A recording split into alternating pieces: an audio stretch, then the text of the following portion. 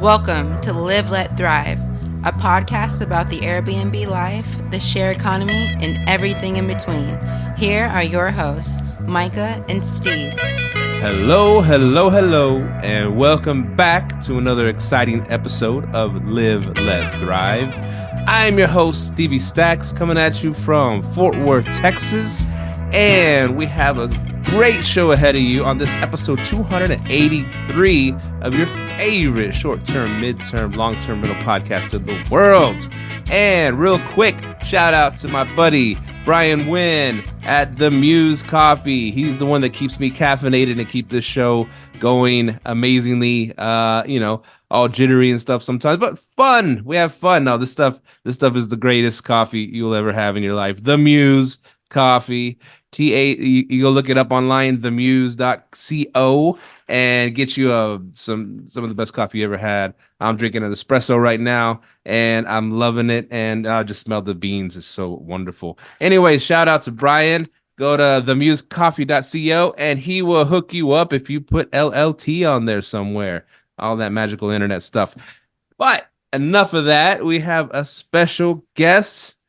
Miss Tyann, like cayenne pepper, Tyann, I should ask the rest of her name, Mersink, Hammond is joining us. So, Stevie, think Mars and a sink. Mars sink. Okay, yeah. Is that French? What is that? No, I believe it's like a German, Polish, Russian. It's my first husband's last name. So kept it so that my kiddos would have the same name as me. And then added Hammond when I got remarried. Awesome. TMH. Yeah. So, yes, thank you for joining us. And she's from TouchStay. And I will read a little bit about her before she jumps in and starts telling us all about the greatness that she's doing in this wonderful, wonderful industry of ours. So, who is she? Well, I will tell you. She is the queen of guest experience with TouchStay digital guidebooks, owns and manages 2 brands totaling 16 properties currently, including My Bank, where you can legally launder in the Ozarks. I can't wait to hear what that's about. And another 6 plus being built this year, started in 2007 with her first purpose-built vacation rental, industry leader and speaker. Welcome to the show, Tyann. Thank you so much. I probably should have updated that because those properties have launched. So we are at 21. We're setting up number 22 this next week over the 2 brands. And as you read, one of them is My Bank, where you can legally launder in the Ozarks. It's a bank building with original vaults, 2 original vaults, built in 1902. So when I took it over, I completely rehabbed it. And just so you know, a little known fact that you can put away in case you ever need to get into a early 1900s bank vault. The drill bit will need to be 30 inches long. 30. Wow. 30 inches. That's the equipment you're going to need to bring with you. So yeah, did that. You can now stay in that bank. It's a 4 bedrooms, 2.5 bathrooms. The laundry room is in the vault. The look on the appliance delivery guys' faces was absolutely priceless. Yeah. I get it now. You can legally launder money. You can go wash money inside that bank. You know what I'm saying? I heard Ozarks, so I was like, everybody knows the show. I was like, oh, okay. So it's we know what goes on in the Ozarks. But yeah, you were being cheeky there. Thank you. That was awesome. You're very welcome.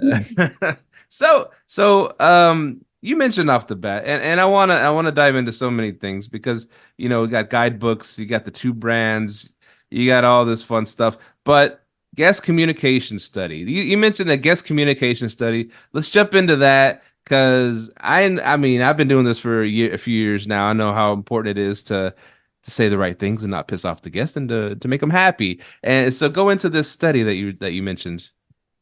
So this summer, TouchStay Digital Guidebooks did the very first of its kind. We call it the Guest Communication Study. And this is something that I have experimented with over the decade plus that I've been hosting guests. I started back 2007. So, I'm in year number 17 and had to learn how important communication is. And when people hear how many touch points I have of communication after a guest books, they're like, holy smoke, no way. Isn't that annoying? Why do you do that? Stevie, I'm up to 25 points by the time they arrive. So between booking and arrival, I will touch my guests an average of 25 times. Wow. And I had just had this gut feeling. And as I did this, it's increased my revenue, it's increased repeat guests, better guest satisfaction. And yes, I can talk all day and every day about my gut feeling, but there are those folks and they're like, okay, show me the data. What does the data actually say? So this summer, TouchStay said, you know what? We're going to get that data to back up exactly what you felt, Tyann. So it's like, yes, this is awesome. Okay, so we surveyed over 2,000 guests that are travelers who stayed in vacation rentals. So specifically, they had to say in a vacation rental that they are a traveler. We had a third party conduct the survey for us so that this would not be bent any which way. So we would get that really good data. And some really cool findings. What we asked them included things like, how many messages did you receive from your host when you stayed? This was disappointing on us as hosts and property managers, because the guests said 60% of them only received 1 or 2 messages between the time of booking and arrival. 20% of them said, well, they didn't remember receiving any messages, or they didn't receive any messages at all. So, Stevie, that's 80% that the guests said they received or did not receive messages that were forgettable. Wow. Now, do you want to be forgettable or do you want to be unforgettable? Okay, so think about that. It's like, wow. Okay, so just the fact that you could just send 1 or 2 more messages to your guest and you are into that top 20%. Now, we also asked the guests, well, how did you feel? And then we correlated that to how many messages they received. When the guests received 11 or more messages, you know how many of them said that they did not feel very well taken care of? 0. Yep, 0. 0 guests. Now, the sweet spot and how they felt taken care of was at 3 to 5 messages. That's the sweet spot. 3 to 5 is what we found. The other cool thing is the more messages you send, the more things that your guests find to do in the area. So when you go from just 1 to 2 to 3 to 5 1 to 2 to 6 plus messages, that increased by 15%. And when they said how many more upsells and add-ons they purchased, that increased by 20%. And when they said how many more nights they booked, if they received 6 or more messages after they booked before they arrived, 40% of guests said they booked more nights. Oh, wow. Yeah. Now and now I'm rounding the data just slightly. So the actual numbers to the point are going to be in the guest communication study. If you go to touchstay.com, you'll see that. The thing is more than half of the guests felt they did not feel very well taken care of. Mm-hmm. And when I saw that, it's like, we're in hospitality, that we're supposed to be taking care of people. And as you know, I've gone through hosting thousands upon thousands of guests. And then this communication study shows, yes, communication is so important to, one, that the guest feels well taken care of, that we're doing our job as hospitality providers. And it brings us more revenue as well. It's a win-win-win, when that win is a third is our bank account, and then when we're profitable, we can stay in business and continue to do what we do. Oh, yes. Communicate, as they say, communication is key. It's been beaten, into us for so long. And you're right, man. I mean, I'm just thinking of my own stays, and going back in the day, hotels, they never really sent you any messages, of course. Airbnbs back in the well, yeah, it's not too common because I still use Airbnbs and I don't. Yeah, it's not too common. We schedule messages for our guests, and then we do but we don't do, yeah, like you said, that sweet spot, maybe 3 to 5. We stay around maybe, like you said, maybe three, maybe around 3 messages. A welcome message, and has all the stuff that they need. And then we have a message like a day or so later saying that, hey, we hope you settled in nicely, or we hope you're enjoying the place. And then there's like exit message. Might be one in between. I need to get with my team and see where we're at with those those canned messages. But I automatically think back to like when I stayed at this kind of like condo this little resort, whatever, in Maui. I don't know, when you were talking, I just automatically thought of this. I would get text messages from the front desk. Hey, they're gonna do like a little they're gonna make lays over there, tomorrow, today at whatever 3 o'clock. Hey, they're making these those little those little necklaces they make out of nuts or whatever Huh? those things are. I forgot what are the kukui nuts, whatever. And they just kept me like, oh, cool. There's some things going on, and I'm gonna take the family. Had a great time. Otherwise, I just what do we do? I don't know. Open up Google something. Let's go do something. But those little messages helped me like, wow, did they really took care of me? They really made sure we were doing things, and I don't know, that just stuck out. No, absolutely. And the thing is they know their guests. They know their target guests. They know you. They know it's a family coming in, and they're going to be looking for things to do. And so made sure to communicate with you in the way that was best. The other part of the communication study is we ask guests what type of messages that they want to receive during that journey between booking and then throughout departure. So vast majority email in the pre-journey. So after booking, they want communications and emails, and then some OTA, online travel agent messaging. So that's your VRBO, Airbnb messaging platforms. And then once it gets real close to the stay and during the stay, they want to flip to the text messages. They don't want to be checking email. They're happy to have text messages. And then after they depart, they want to go back to emails. But the really interesting too is also the age of the guest affected what their answer was. And when you have the older, I say older, 55 plus, and I'm going to be there in a decade or so, they want a phone call. They're like happy. They're like, yeah, give us a phone call. We want to hear from you.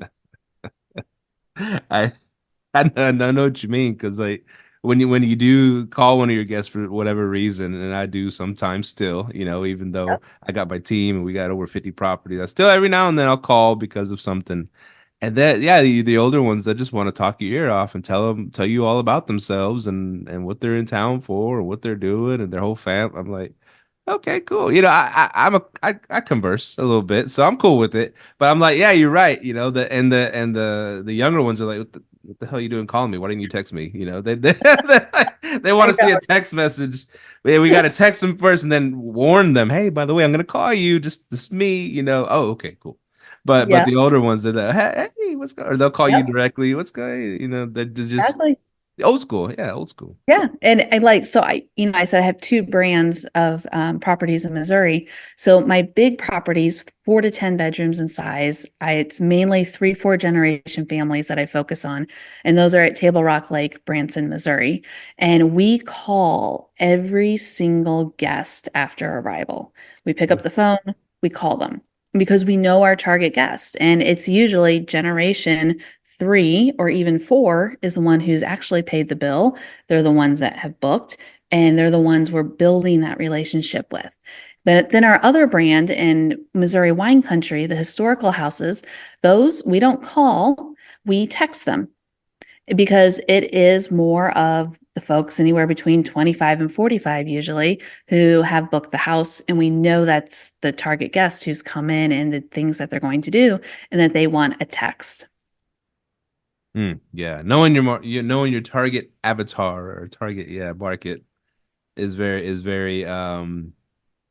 very very you got to do it. I can't even think of the word. Appropriate. Why don't we just say profitable? Just Profitable. That's a good profitable. word. It's my favorite Yes, word. exactly. And I'll tell you something too, real quick. So we have a mix of units here. That's the DFW area, right? We got Yeah. Fort Worth and we got Dallas. Dallas is a little more edgy, a little more grungy, a little more, but it's close to downtown. A lot of young people want to be there. Older people too, but the older people that want to go, they don't want to stay in grungy type, urban settings. And so we actually restructured everything on our we put all those, these fun little one bedrooms and efficiencies. We marketed and called it youthful stays, and we turned it into this whole thing, and we actually, we worded it, this is for adventurous, backpackers, nomads, whatever, trying to say, hey, old people, don't book these because you're not going to like them. You're going to leave us a bad review. It's going to be bad. Don't do it. But the youngsters love staying there because, right, they can walk to downtown. It's exactly where they want to be, and they don't mind a little bit of the gritty, nitty gritty Dallas. You know what I'm saying? So, but Fort Worth is really, higher end. We like the older, ones to book there, and they it works. We market to them. It's very important. Absolutely. And you've found that niche. And I'm sure that, as you said, oh gosh, we don't want the bad reviews. So you're focusing on those younger folks. And you're saying exactly who it's for. You probably went through a little bumps to get to Oh that yeah. point, which, trial and error, hard knocks, school of hard knocks, that you figure it out. But the sooner you figure it out, the more profitable you are. There's that word again. Uh, so that brings us to guidebooks. So you have two brands of guidebooks. Is that what you said? No, two brands of property management Oh, companies. okay. Sorry. So the guidebooks are TouchStay. It's TouchStay Digital Guidebooks. It's in its 10th year, based out of London. And it's actually a key part of my guest communication flow. And it's so Stevie, at your properties, I bet you have some type of manual or guide about the property, the area, things like that. Right, right. Yeah, we utilize the Airbnb guidebook. Ah, It's okay. not the Yep. best one, but Exactly, because you're not using TouchStay yet. there you go. Hook me up, sister. Come on. Yeah, I know. Okay, so TouchStay is, I mean, yes, I'm absolutely biased, and I will admit that. But it was used by over 3 million guests this past year. It's in over 30 countries and over 35,000 guidebooks created. So it is fantastic. It's beautiful, it's sexy, it's simple, and all generations love using it. It is something that you, as a host property manager, can send to your guests immediately upon booking so that they can start getting to know the property, getting to know the area, getting to know things to do. So then they buy upsells and they add on nights because they realize there's more things to do. And it's not something they have to download. They don't have to access any special thing with the login or anything like that, because it's a link, and it's a PWA, which is fancy progressive web app is what it is. Super fancy sounding, but you just send them a link, text, email, however it is you want to send it. You send it through the Airbnb messaging platform even after they book, and they access it on their own device. Any web browser, they've got it in their pocket, and it's completely branded to you. So your colors, your photos, your logo, your contact information, and you organize it so it communicates with your guest in the way that you need to. Nice, nice. Can you send me a link to that? I want to look at it. I want to look at it on my phone. Can you send me a link to one right now? Yeah, absolutely. So, Yeah, I'll so send you one of mine. I will text that over to you. And this will be the guide for my largest house, my sky retreat. actually, you know what? Could you Yeah, share it on your laptop and then we can, on the YouTube, they can see what's going on with this thing. sure We got can. to be more vocally expressive for the podcast listeners, the ones Yes. driving in their car right now. Okay, we can do that. Um, the cool thing, we just released some really cool updates as well. So embeds, like I have a Spotify playlist for road trip because my guests drive. Oh, cool. Hmm. I love that. And you can embed forms and Matterport tours, all kinds of things. So, okay, share screen. This is the one I want. Go. Okay, All right. It says, wow, lots of great content here. loading. All right. Okay. So now on a phone, it'll look a little bit narrower, obviously, because I just shrunk my browser window. But you Mhm. can see it's my branding, my logo, my colors, all of that. And it's your guide to lake life. Hmm. Now, Stevie, do you have guests who come in who speak different languages? Yes. Okay, cool. So what you can do is you can also do translations. I've got Google Translate because I don't have a lot of guests that come in that speak other languages, so they can do whatever they want. But there's also native translation. So if you decided, hey, I got a whole bunch of folks, my guests who come in and they speak Spanish, you can have a complete version in Spanish that Hmm. you've done for them, so you don't have to rely on Google, and it will automatically pull up on their phone as Spanish instead of English. Nice. Yeah. Okay. So get started and all these widget blocks information, you can do what you want. I'll show you that Spotify playlist. I tell my guests to prepare for their adventure, details how to travel. You got your road trip playlist, and you can embed that in there and they can, we've had lots of guests play it as they're coming in. We're usually 3 to 9 hours drive. It's lots of fun. And I send this by text to them 2 days before arrival. So that's one of my touch points. And it comes through from TouchStay. TouchStay has what's called Memo, and you can schedule text and emails to go out to your guests, and they include deep links to sections of your guidebook. But you can do photos, you can do video. This is where my video tour is about the property, so they can see where they're all going to sleep with 10 bedrooms. You've got a large family, and everybody's got to figure out where to sleep. Your arrival information. And then the night of the arrival, they get a text asking them, hey, is everything good? How was your arrival? And they can rate their check-in. Ooh. I find out right away if something is wrong so I can take care of it. Like this summer, super embarrassing, Stevie. Oh my gosh. Yes, my title is Queen of Guest Experience, but one of my guests found a dirty diaper behind a bedroom door Oh, that no. my team had missed. Mm. So we got a 3-star first impression. But what happens is we were able to then immediately call the guest, get it taken care of, and it didn't fester throughout their stay and end up in a bad review in the end. So this was really good. That's a good idea. Yep.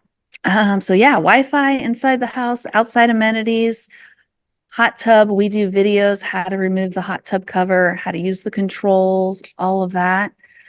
And then let me come down here to shop our place. So we have a lot of guests who love our pillows. So we have this jot form, it's embedded in here, and our guests can buy the pillows and we drop ship them to them.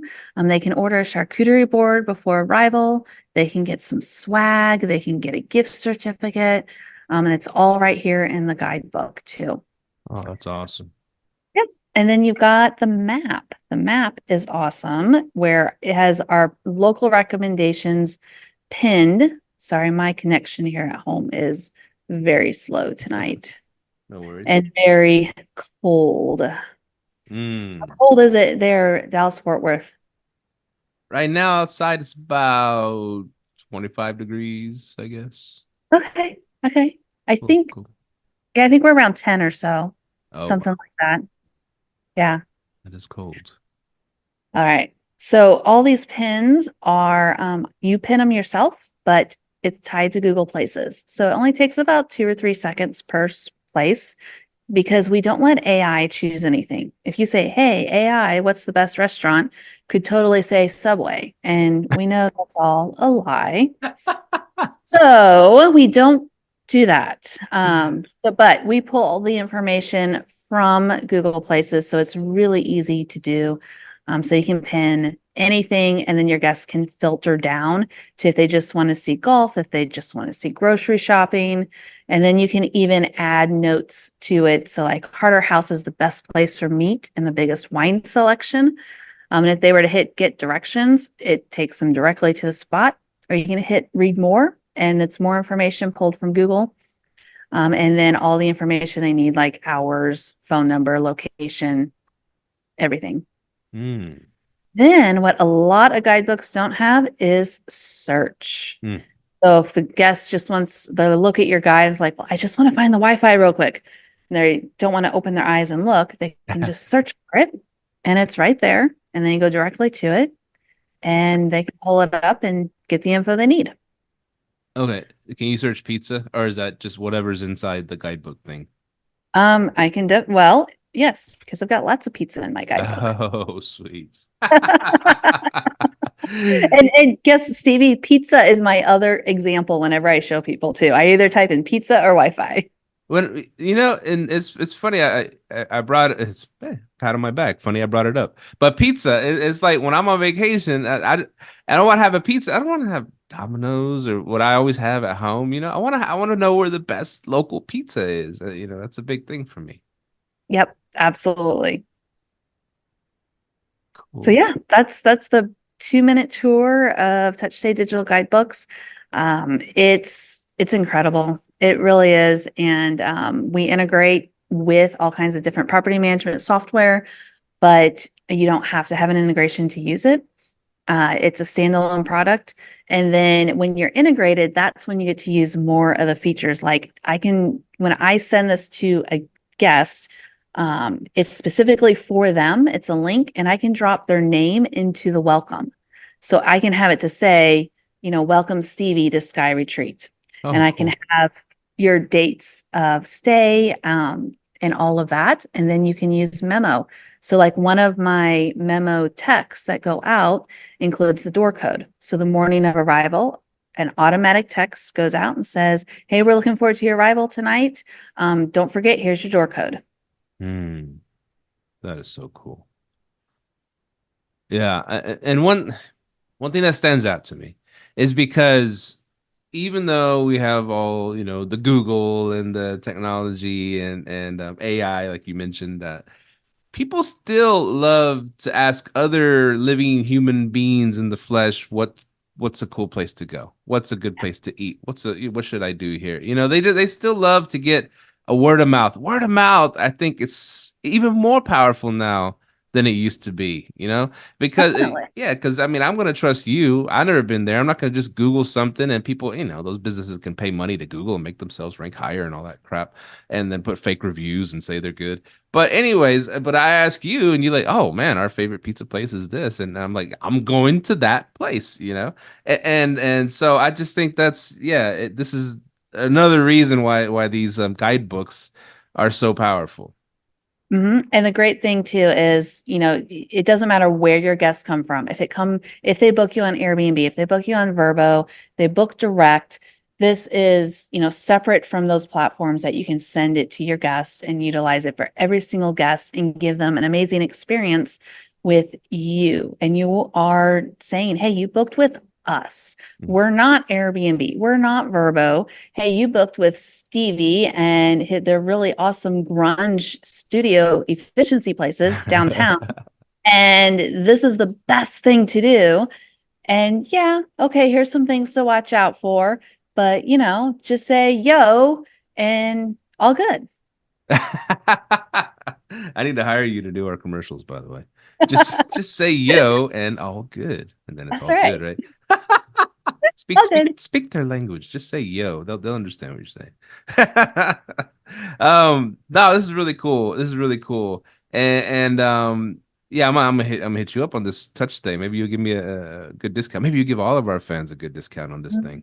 We can hook you guys up. All right. Yes. I mean, could I just ask price? Is that allowed on a podcast? Can I ask price what a I mean, touch it's stay? your podcast, so we can Yeah. do it whatever. Yeah, so no, actually, this would be interesting. So Stevie, how much do you think it costs? $1 million. Yeah, times that by another 10 or 20 and it's all yours. How Okay. much for a guidebook for a place? Yep. It's a good Single question. one. Yeah. $100. I don't know. No, you're right. $99 for a year for one guidebook. Oh, Huh, I Second nailed it. one, you did. The second one's half price. It's 49. Okay. Mhm. Now you can do monthly, but it costs a little more when you do monthly. But when you commit to a year, you get 99 bucks. Oh, And that nice. includes the memo, text, and everything. So if somebody, bought one of your, pillows or a piece of art or something, it pays for itself, right? Exactly. But what's even cooler is the time it saves you because you're answering the guest questions before they even ask them. So more than, gosh, we just did our NPS, Net Promoter Score, I'm sorry. And I believe I have double check. I want to say about 70% said they cut their time managing guests by 50% or more. Mm. So what can you do with the time you save to be more profitable in your business? Because you just gave all of that, not all of the communications, but you increased your operational efficiency by using TouchStay digital guidebooks and even the memo feature too. Yeah, you're right. Time is money. Time is money for sure. So it goes from 99 to 49 for the second one, and then does it drop again after the go to number 50, number 100? Uh-huh. It sure does. It sure does. So, when you get up to, I think, gosh, Stevie, you probably have what, 500 properties or so. So at that point, I mean, what, $24 a year per property per property. That cheap. Okay, there's my goal right there. Hit 500 properties for that $24 discount. That's right. Yeah, touchstay.com. All right, cool. Enough of the infomercial, Tyann. Uh, just kidding. What else do you want to know? No, this is really cool. I'm gonna look at. I'm definitely. I always tell my guests I'm gonna look at their thing, but I am gonna look at this afterwards and try my free trial. Right? You got a free trial. Yep, free trial. All right, cool, cool, cool. Um, so you had mentioned also you got into this at 2007. That's a long time ago. That's before. Well, this is okay. Vacation rentals have been around for ever, guys. Not we always think the world started at Airbnb. Not really. Nope. So No, what it made started back, I think about 2000, no, about, yeah, 80, around year zero, when I think there was this small family who went into Bethlehem and they were told there was no room in the inn, so they had to go find another place to stay. And it was yeah. a really cool barn cave, one of those. It had the Nice. animals, whole experience. And Yep. then Jesus gave him a 4-star review. He's a little tough on A them with the little reviews. smelly. Yeah, yeah. There's a slight smell. Some barnyard smell going on. Uh, But yes, um, I've been around a while. 2007, when I was, what was it, 7, 8 months pregnant with my third son, signed the contract to build the first house, purpose-built house, 4 bedrooms, 4 bathrooms. And I made the very specific decision to make sure I slept at least 14 people. Because looking at the area, when you slept up to 12 people, there was tons of competition. You were against 2 and 3 bedroom condos. But once you slept 14 people, the competition dropped to 12. mm, Only 12 properties, half of those owned by my family. whoa. My aunt and uncle got into it first, and then my parents the next year, and then I got into it. Then my parents built 2 more, and then my aunt and uncle said, well, we'll meet your 2 7 bedrooms and we're going to build an 8 bedroom. And then my parents said, okay, well, we're going to build 2 more 7 bedrooms. Fast forward, and my aunt and uncle have a big property management company. My parents have 5 large homes. I have my small property management companies, and 2 of my brothers and my sister are all in the business. Each of us, our own businesses, we're competitors, houses directly across the street from each other. It's lots of fun. Wow, that is cool. That's cool. It's a friendly competition amongst family. That's It cool. is. It makes for great holiday dinner stories. I bet. We grossed 100,000 this year, not bragging. Uh, Oh, we're shooting for 2 million. oh, never mind. Never mind. A month. I meant a month. Sorry about that. Yes, you get it. So where are these located again? If you could refresh So us. the big ones are down in Branson, Missouri, Table Rock Lake. And then my smaller properties, the historical properties, including the bank, is over in Missouri wine country. See, I never even heard of Missouri wine country. Well, you're like most people.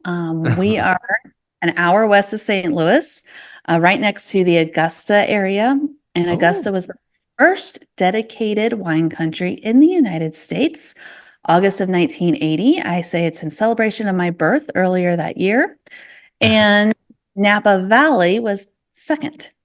oh, nice, Now, nice. other little known trivia, since I love my little known trivia, and we're going to pack this episode full of it. Also, the Missouri wine industry saved the entire European wine industry in the 1800s. Okay, this does ring a bell. How did this happen? Yes. So what happens is there's this little bug that got into the roots, the vines over in France and just started eating it away. And of course, they're losing the vineyards left and right because of this little pest.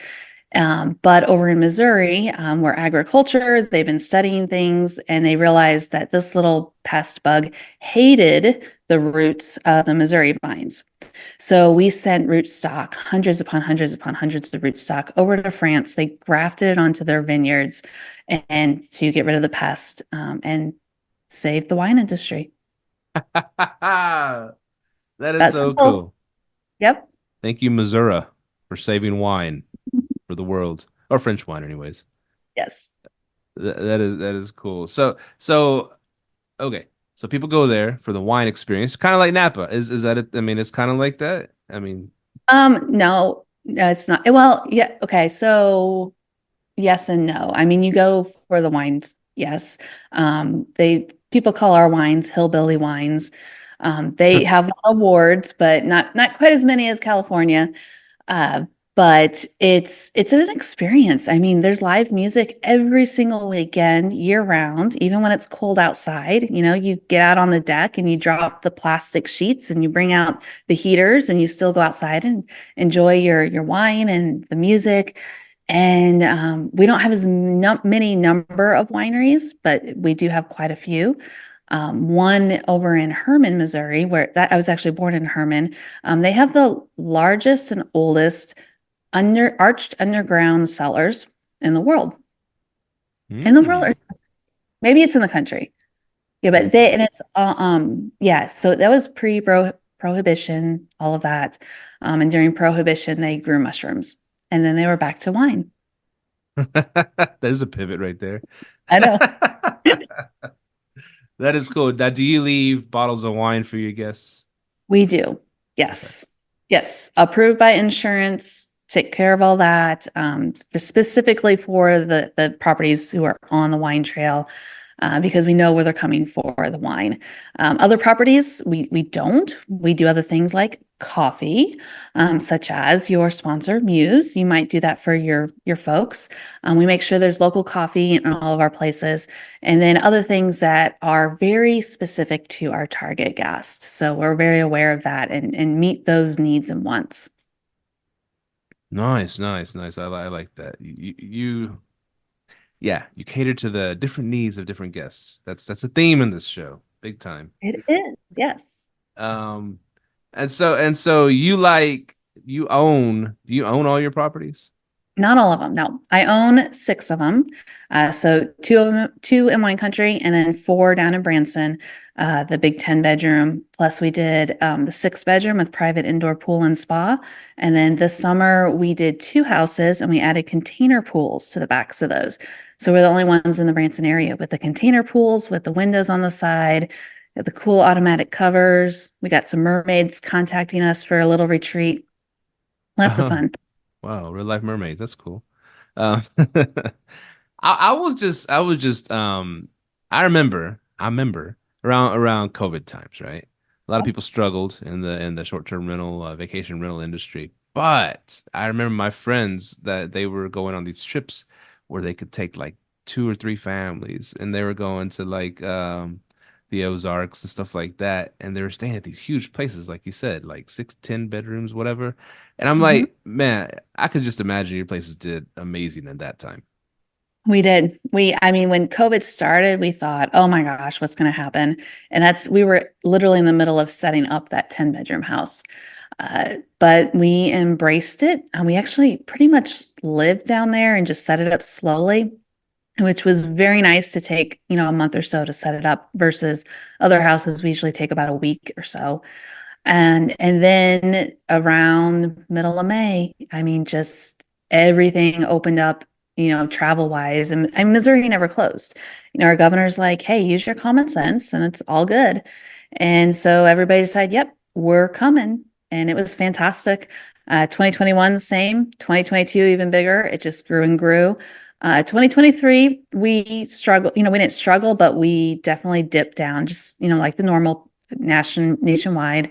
But 2024 is already, we're pacing well over 200% over last year. I think, I would just venture a guess because it happened to a lot of us, everybody found out about, we can just throw something on Airbnb and make a bunch of money. And then so it became saturated in a lot of spots in the country, as y'all know. But like you said, 2024 is picking up for us too. And I think 2023 shook out a lot of the pretenders from the industry. It did. Yeah. I mean, there's something I just read recently was, a rising tide lifts all boats, but a tide, when it comes back out, you see who's swimming naked. That is true. That is true. Yeah, so that is cool. I was gonna ask. So you get these houses, and how do you finance something like this? Because I know banks are unless you buy them all cash because you're rich like crazy. But I know banks, if you're gonna buy a house and live in it, they'll give you a loan. But if you start saying, I'm gonna build a 10-bedroom vacation house, and how does that work? Okay. So the 10-bedroom vacation house, I'll give you the path of financing specifically. Now, no, it's not the usual path. Okay. And it's definitely doable again, but you just also have to know it takes a long time. So, 2010-ish, we bought a small house here where we live at home because I live 3.5 hours from the big houses, for a long-term rental. Cost us, I believe, about $55,000. Fast forward several years, my first husband, he left me, and I got this house in a divorce. And I soon found out that there was drug dealers living there. And I'm like, oh, I am not going to be a druggie landlord. Not happening. No way. Figured out Missouri landlord laws, found I could very easily get them out. So that's what I did. Sheriff helped me with that. And when I looked at the damage, I realized, okay, it's, quite a bit of money. I think I put 10 or 12,000 into it just to make it livable again. And then realized there was no short-term rentals in my town at all at that point. And I'm like, you know what? Let's furnish this and see what happens. So I did that for a couple years. And then I realized, you know what? The money I am making from this short-term rental, that money is not working very well for me. What else can I do with that? Because this house had now appreciated to around 100,000. So I'm like, okay, I've got a good 45,000 in equity. What can I do with this? So I decided to sell the house, and I 1031 that into a lot for the 10-bedroom house. So no cash down, 1031 right into the lot, got a construction loan, and the construction loan built the house. Then I furnished the house with my line of credit and a new credit card. Then after the house was finished, I got it reappraised as a commercial property and got all my cash from setting up back out plus equity. So building that 10-bedroom house with none of my own cash whatsoever. Now, like I said, Stevie, it's a long game. Okay. So this was, it took over 10 years to get to this point and things to happen. But learning how to do that, I've basically done the same thing with all my other properties. So I sold my 5-bedroom from back in 2000, built it in 2009, and also sold my very first one from 2007. I 1031 into new lots to build bigger houses. And I call this trading new. So they were about 10 years old, and I wanted to trade new so there's less maintenance. Traded new into lots, got construction loans, built them out, get them reappraised, get the equity back out. I only, have a loan of 60-70% because it's by the time it's done finished, then I have more equity in it as well.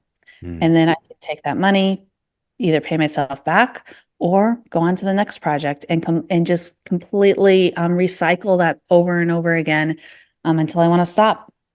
That is awesome. How did you think of, I mean, I don't know anything about construction loans, but how did you learn that? And is it hard to get these construction loans?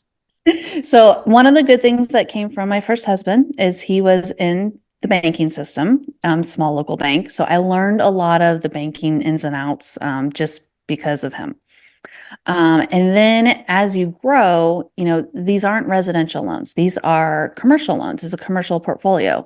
So two keys, one being commercial portfolio, two, a relationship with your local bank. That is key because I can text my banker and say, hey, Joey, I'm looking at this property. I'm going to need $1 million. What do you need from me? And be like, okay, give me your updated numbers. I'll fill out the application for you. Just got to sign it. In your local bank, when you have that relationship, they take care of you. But it's not something that happens fast. When people come in and say, okay, I'm going to do this. So I'm going to get this many properties in a year, X, Y, Z, and we're going to do that. How do I get all this funding? Well, if you want to, it's one way to go, but the other way to go is slow and steady and build and have a solid foundation. Build those relationships, just like we build our relationships with our guests, because they come back to us after over a decade. One of my first guests, they brought their family for dad's 80th birthday. 12 years later, they email us and said, hey, we're ready to come back for mom's 90th birthday. Wow. So everything you do, you're building that relationship for long-term gain. I love that.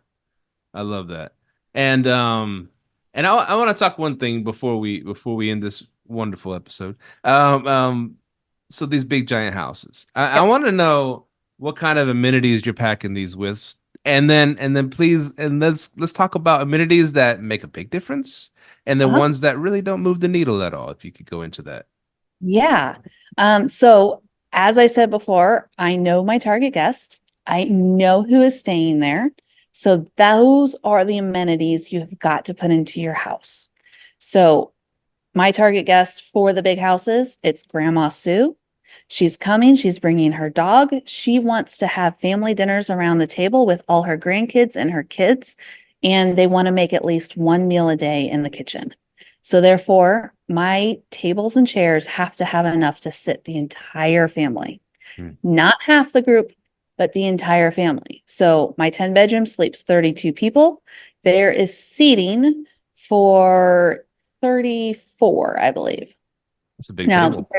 There's 3 tables, 3 handmade tables, plus the kitchen counter island. And then we've got benches, so you can actually fit lots of little kids along the benches, so you could sit more. Okay.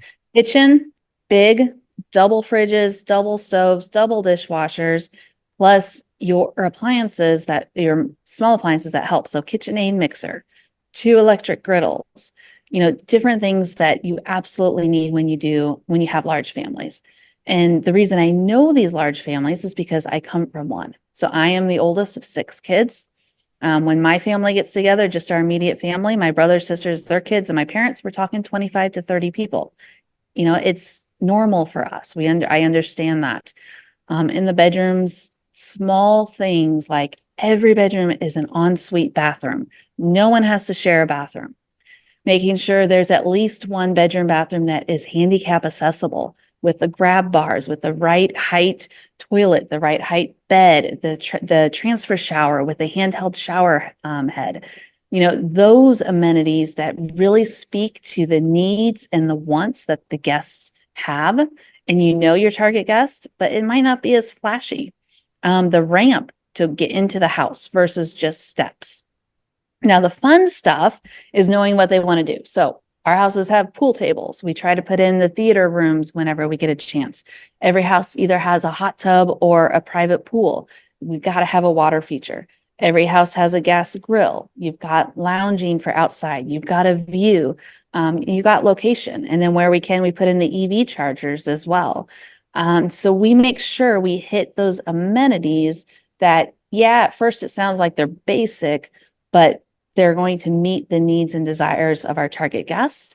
And we make sure we hit the safety features as well. So like bedside chargers, that's because you do not want a guest having to move furniture to get to that outlet. Instead, we make it easy. The bedrooms have light blocking curtains because they're on vacation. They need to sleep. Thinking about those small details that makes their stay more comfortable, and they know that you have thought ahead and you're thinking of them. Well said. Well said. Now, real quick, and all those, I'm going to listen to this episode again, of course. What are some things you've tried that really didn't make that much of a difference? Oh, really good question.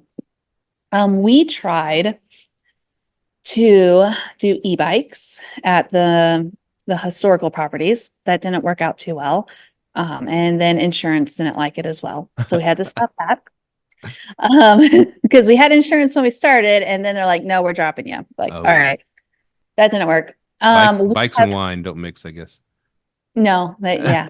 We're on a bike trail. Yeah, we're on a bike trail, so we thought it would work really well. And they're like, yeah, you can do regular bikes, but not e-bikes. Okay. Excuse me. That's all right. All right.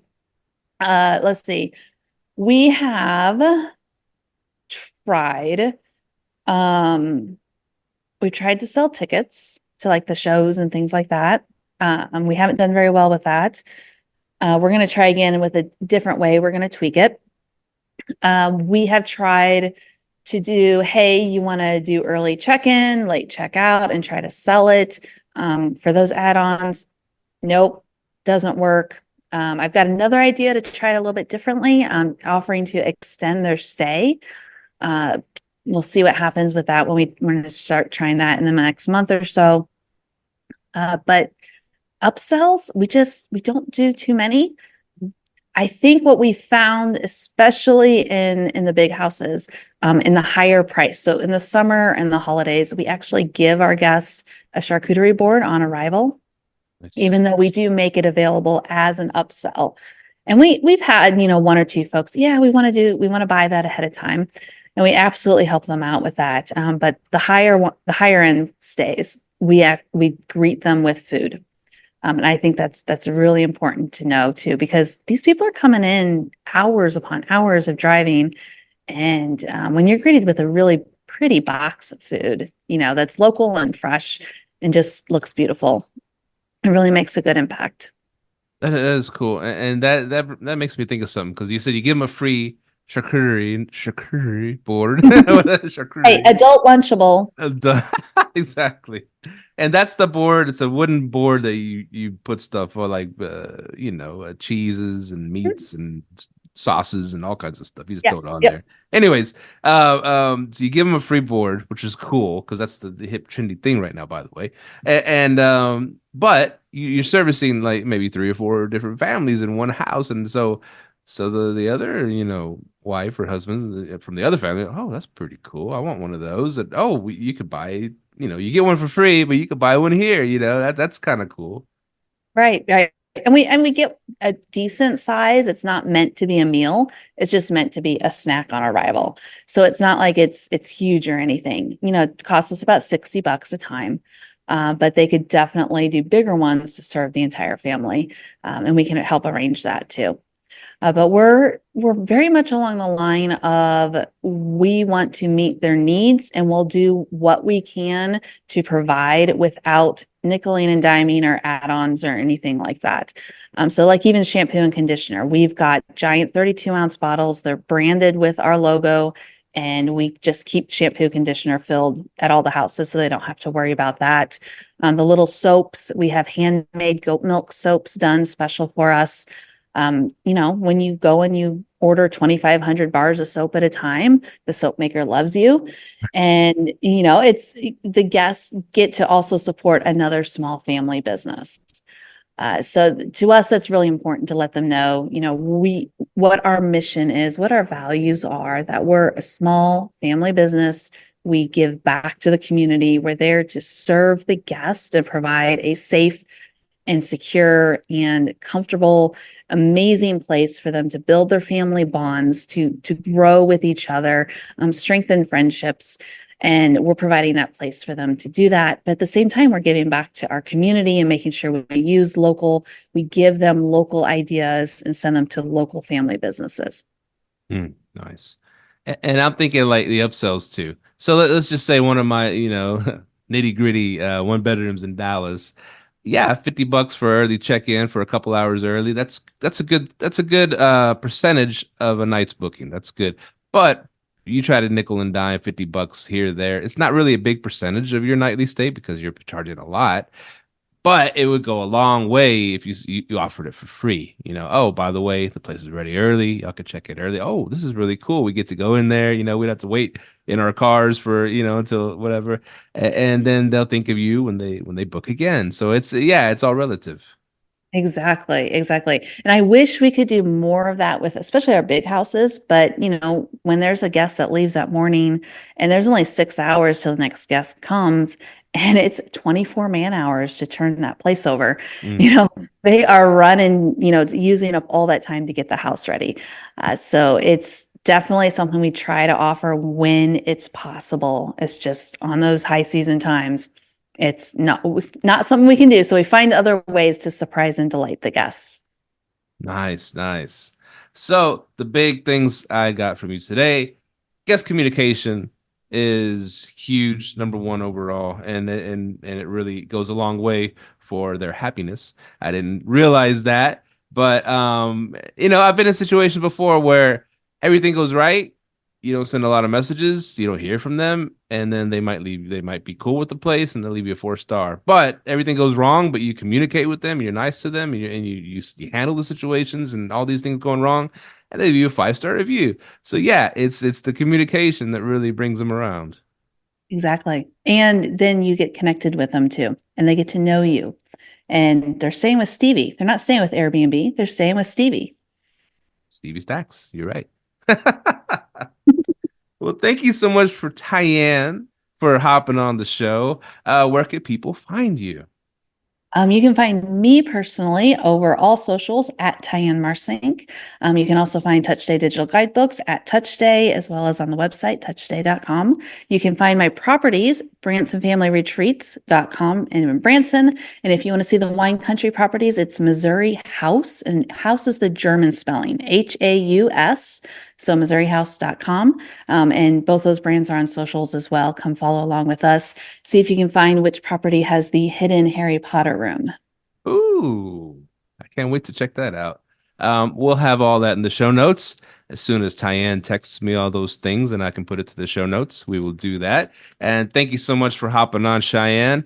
It's been a great episode. I'm gonna listen to it again because you dropped so many nuggets. I mean, it's unreal. Thank you so much. And The Muse, our first sponsor, The Muse Coffee, the THEMUSE.co. Go there. And Brian just texted me, so you get 20% off. Oh man, this stuff's so good. Anyways, Stevie Stacks wouldn't steer you wrong. The Muse Coffee is the best. And thank you, Tyann, and we will talk to you soon and wish you good luck on everything you do. LiveLetThrive.com, LiveLetThrive@gmail.com, all that fun stuff. And we will see y'all later. Bye. Thank you for tuning in to this week's episode of Live, Let, Thrive. Be sure to tune in next week for all the latest in the world of Airbnb and all that entails. Bye-bye.